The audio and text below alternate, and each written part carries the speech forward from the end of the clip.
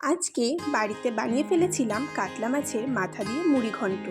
তার জন্য প্রথমেই কড়াইয়ে কিছুটা সর্ষের তেল গরম করে আগে থেকে ধুয়ে নুন হলুদ মাখিয়ে রাখা কাতলা মাছের মাথাগুলি ভালোভাবে ভেজে নিতে হবে। কাতলা মাছের মাথাগুলো ভাজা হতে হতে এদিকে একটা আলু ভালো করে খোসা ছাড়িয়ে সেটাকে ছোট ছোট টুকরো করে কেটে নিতে হবে এবং সেটা ধুয়ে রেখে দিতে হবে। তারপর কাতলা মাছের মাথাগুলো ভালোভাবে ভাজা হয়ে এলে সেটা নামিয়ে একটা বাটিতে রেখে দেব।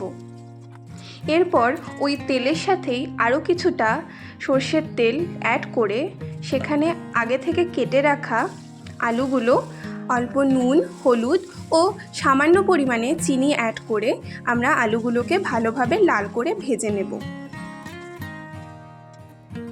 ভাজা হয়ে গেলে আলুগুলোকে তুলে ওই তেলের মধ্যেই একটা তেজপাতা, কিছুটা সাদা জিরে ও দুটো কাঁচা লঙ্কা চিড়ে ভালো মতো ভেজে নিয়ে আগে থেকে ভেজে রাখা আলুগুলোকে দিয়ে কিছুক্ষণ নাড়াচাড়া করে তারপর একে একে জিরে গুঁড়ো ও ধনে গুঁড়ো এবং টমেটো কেচাপ ও রেড চিলি পেস্ট দিয়ে সেটাকে কিছুক্ষণ কষিয়ে নেব। ভালোভাবে কষিয়ে নেওয়া হয়ে গেলে এরপর আমরা দিয়ে দেব আগে থেকে ধুয়ে রাখা গোবিন্দভোগ চাল এবং দেওয়ার পর কিছুটা নাড়াচাড়া করে ভালোভাবে মিশিয়ে নেব।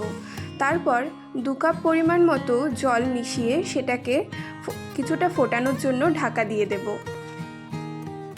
জলটা ফুটে এলে ঢাকাটা তুলে তার মধ্যে আগে থেকে ভেজে রাখা মাছের মাথাগুলো দিয়ে ভালোভাবে নাড়িয়ে নেব। মাছের মাথাগুলো ভালোভাবে মিশে গেলে আবার ঢাকা দিয়ে কিছুক্ষণ ফোটার জন্য রেখে দেব। ভালোভাবে ফুটে এসেছে, এবার ফোড়নের তেজপাতাগুলো তুলে দেব। তুলে নেওয়ার পর আঁচটা মিডিয়াম রেখে তাতে গরম মশলা গুঁড়ো ও সামান্য চিনি মিশিয়ে দেব। মিশিয়ে নেওয়ার পর ভালো করে নাড়িয়ে নিয়ে যখন জলটা শুকিয়ে আসবে তখন গ্যাসের ফ্লেমটা বন্ধ করে আমরা একটা বাটিতে তুলে নেব। তৈরি হয়ে গেছে আমাদের কাতলা মাছের মুড়ি ঘন্ট।